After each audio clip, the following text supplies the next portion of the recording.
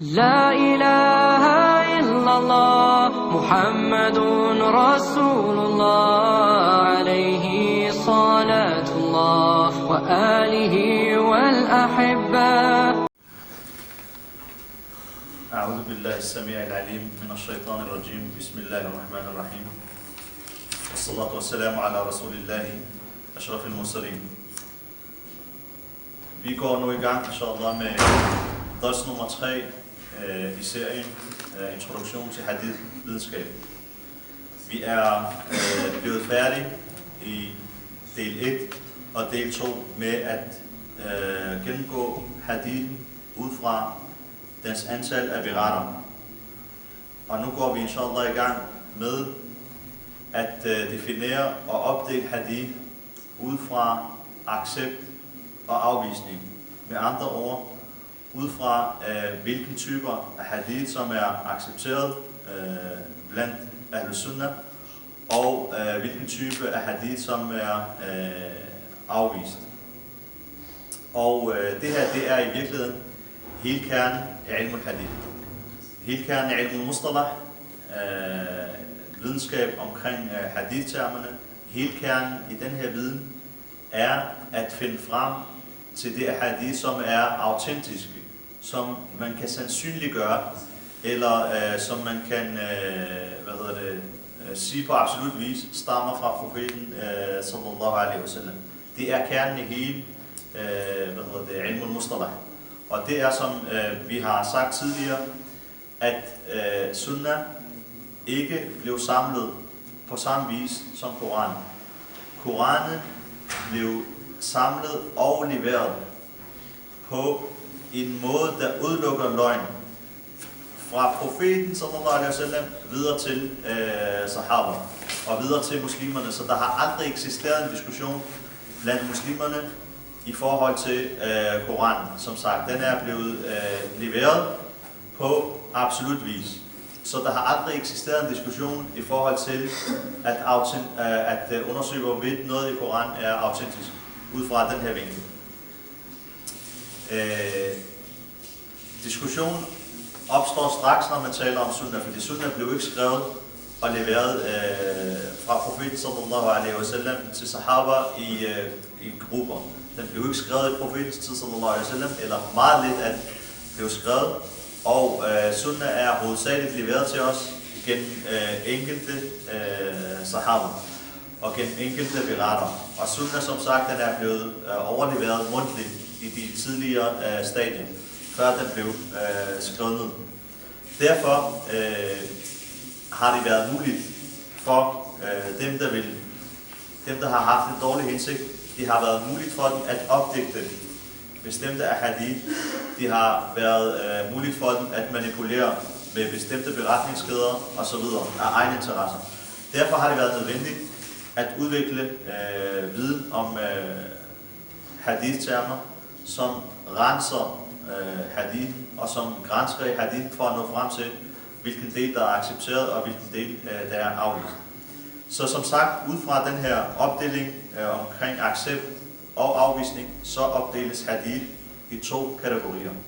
Den opdeles i en kategori, der hedder al-maqbul, den accepterede hadith, og den anden kategori, som hedder al-mardud, som er den afviste kategori. Og det deles igen op i flere underkategorier. Hvad angår den type, den kategori, som vi taler om i dag, som er den accepterede hadith, så er, så er den her type af hadith opdelt i yderligere 2 kategorier. Det er sahih og hasan. Det vil sige, de typer af hadith, som er accepteret, det er hadith sahih og hadith hasan.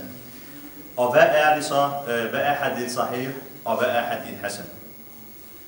Hvis vi starter med hadith sahih, så har den 5 krav. Definition på hadith sahih er en hadith, som er forbundet i sin beretningskæde helt tilbage til profeten sallallahu alaihi wasallam, berettet af den retskaffende, præcis beretter, og som ikke indeholder en afvigelse eller en skjult fejl, der svækker den. Det vil sige, at der er 5 krav til sahih hadith. Der skal være forbindelse. Den må ikke være brudt i beretningskæden. Der skal være forbindelse i beretningskæden helt tilbage til profeten sallallahu alaihi wasallam. Du skal kunne gå tilbage i den her beretningskæde og dokumentere, at den er berettet i stadier og berettet fra beretter til beretter helt tilbage til profeten sallallahu alaihi wasallam. Og det her, det påkræver selvfølgelig en del diskussioner i forhold til, hvilken udtryk beretteren skal bruge, når han beretter. Altså om han siger specifikt, at han har hørt fra den her person, eller hvordan det skal dokumenteres, og der skal være dokumentation i forhold til, at det har levet samtidig, og nogen lægger endda, at det er som et krav, at de skal have hørt fra hinanden osv. Det er noget, vi kommer ind på det lidt senere i showet. Men i hvert fald det første krav til Sahih Hadith, det er forbindelse. Det er sådan. Det andet krav er, at den skal være berettet af en retskaffen person. Den skal være berettet af en retskaffen person. Og hvad er en retskaffen person? Det er en myndig, forstandig muslim, som ikke er fasik, og som ikke udfører noget, der svækker hans mandlighed. Han må eksempelvis ikke være feminin, og han må ikke udvise træk, som svækker hans stolthed eller svækker hans mandlighed. Altså stolthed, islamisk mandlighed. Og det her, det er selvfølgelig lidt, det er lidt relativt lige i forhold til det med mandlighed, men det der ligger i hvert fald fast, det er, at han skal forholde sig til islam. Han må ikke være fasik, og han må heller ikke udføre noget, som sagt, som sætter spørgsmålstegn ved hans stolthed og hans mandlighed. Det tredje krav, der er, at han skal være dhabit, han skal være præcis. Og hvad er præcision? Præcision er, at han kan gengive den beretning, som han har hørt, til hver en tid han vil. Hver en tid han vil, så kan han gengive præcis den beretning, han berettede sidste år og året før. Og det her, det er, præcision. Og præcision deles op i 2 underkategorier. Der er præcision i forhold til hukommelse. Det vil sige, at han er en person, som er,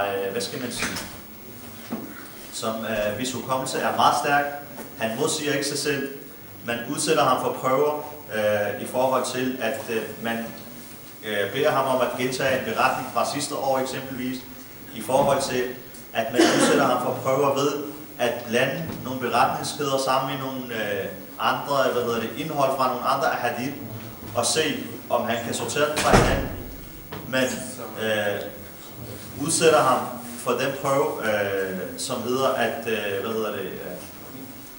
at man tager nogle af hadith, han har berettet, og blander dem i vilje, for eksempel med en hadith, han ikke har berettet. Og så siger man til ham, er det ikke rigtigt, at du har berettet det her og det her? Og ser på, om han kan sortere den hadith, han ikke har hørt fra osv. Så der er den her form for præcision. Det er, som sagt, at han er præcis i forhold til sin hukommelse. Så er der en anden type af præcision. Det er præcision i forhold til en bog. Det vil sige, at han har skrevet hadithen. Det her sikrer man så også ved, at den her bog, han har skrevet, at den ikke har været udsat for fugt, at den ikke har været udsat for brand, at den ikke har været udsat for møl, at han ikke har lånt den ud til nogen, som kunne have tilføjet noget i bogen osv. Så det her, det er den anden form for præcision. Det vil sige, der er dhabt i forhold til, at han skriver ned i en bog, eller der er dhabt i forhold til hukommelsen. Så vi har de her 3 krav. Altså vi har, som sagt, retskaffenhed, vi har præcision, og så har vi forbindelsen i beretningen. Så er der 2 yderligere krav, som i virkeligheden er negative krav. Det vil sige, det er krav, der ikke må være i en hadith sahih, og for den sags skyld også i hasan. Det er, at den må ikke være afvigende. Hadithen må ikke være afvigende. Det vil sige, at personen, der beretter den her hadith, han må ikke modsige en, som er mere troværdig end ham i samme hadith.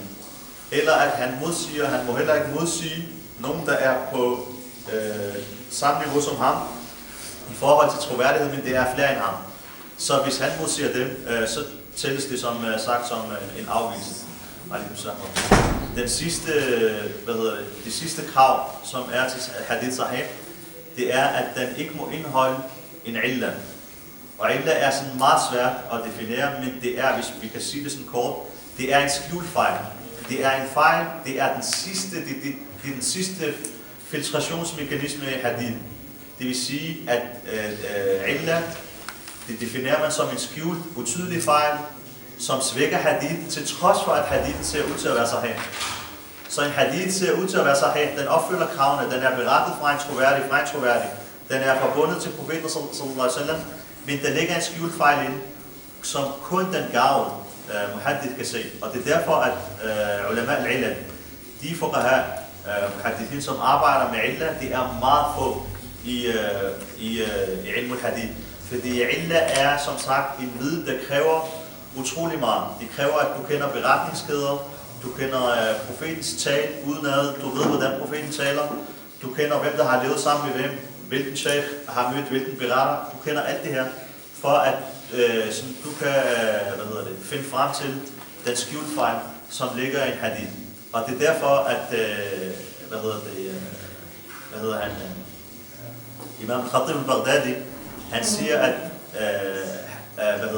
viden omkring illa er den vigtigste form for viden i forhold til hadith. Fordi de andre ting, de kan umiddelbart læres af en muhaddith på en nem vis, men illa, det er noget, der kræver, at du giver hele dit liv til at beskæftige dig med hadith. Og det er noget, som sagt, som minder lidt om guldsmeden. Altså en guldsmed, når du tager over til ham med et stykke guld, og et stykke falsk guld, altså et stykke guldbelagt metal. Han kan udpege med det samme, hvilket stykke der er guld, og hvilket stykke der er guldbelagt og falsk. Og det er ikke sikkert, at han kan forklare dig hvorfor, men det er hans ekspertise.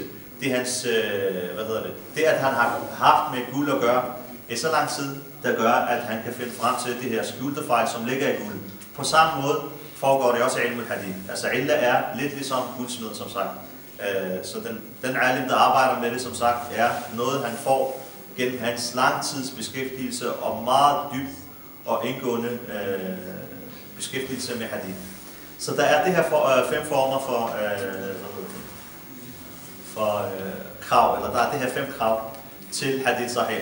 3 skal være til stede i hadith og i beretteren, som sagt, og i beretningskæden, og 2 må ikke være der. Der skal være retskaffenhed, der skal være præcision, der skal være forbindelse til profeten sallallahu alaihi wasallam, og de 2, der ikke må være der, det er afvigelse, og det er illa. Så kan man så sige, det følge spørgsmålet vil være, er alle ulama sahih, altså al hadith sahih, er den på samme niveau? Og det er det ikke. Svaret er nej. At der er forskellige niveauer i sahih, og grunden hertil er, at ulama i fortolkningen af de her 5 krav har været mere eller mindre restriktive i forhold til at håndhæve den og forklare den, og forklare, hvordan det skal forstås. Så ulama har forskellige måder at håndhæve de her 5 krav på. Og derfor har man udledt en form for klassifikation i sahih, som opdeles i 7, i 7 kategorier. Den højste er Bukhari. Den højeste form for hadith sahih er, eller det højeste krav, ikke den højeste form. Fordi den højeste form for sahih er det, som Bukhari og Muslim er enige om. Men det højeste krav, den højeste håndhævelse af det her krav, det er den, vi finder hos Imam Bukhari. Imam Bukhari, når han skal håndhæve det her krav, så sætter han det som krav, at der skal være dokumentation for, at beretteren har levet sammen med, eller har været sammen med sheikh, med den han beretter fra. Det skal være dokumenteret i et eller andet sted, i en beretning, at han har hørt fra ham, og han har været sammen med ham. Muslim for eksempel sætter ikke det her som krav. Muslim siger, når du har en mand, som er retskaffen, og han er præcis, og han har levet samtidig med sin sheikh, og han siger, at jeg har hørt fra Sheikh, så tager du hans udtalelse. Fordi han er retskab, og han har levet samtidig. Men mindre at det viser sig det modsatte, at han ikke har, der er dokumentation for det modsatte, så siger han, så tager vi ham ikke. Så tager vi ikke hans beretning. Men hvis han er retskab, og han er troværdig og præcis, så tager vi selvfølgelig hans beretning, når han siger, at han beretter fra Sheikh, når det har levet samtidig. Bukhari nøjes ikke med det her krav. Han siger, at der skal være, som sagt, dokumentation for, at de har været sammen, og han har hørt fra ham.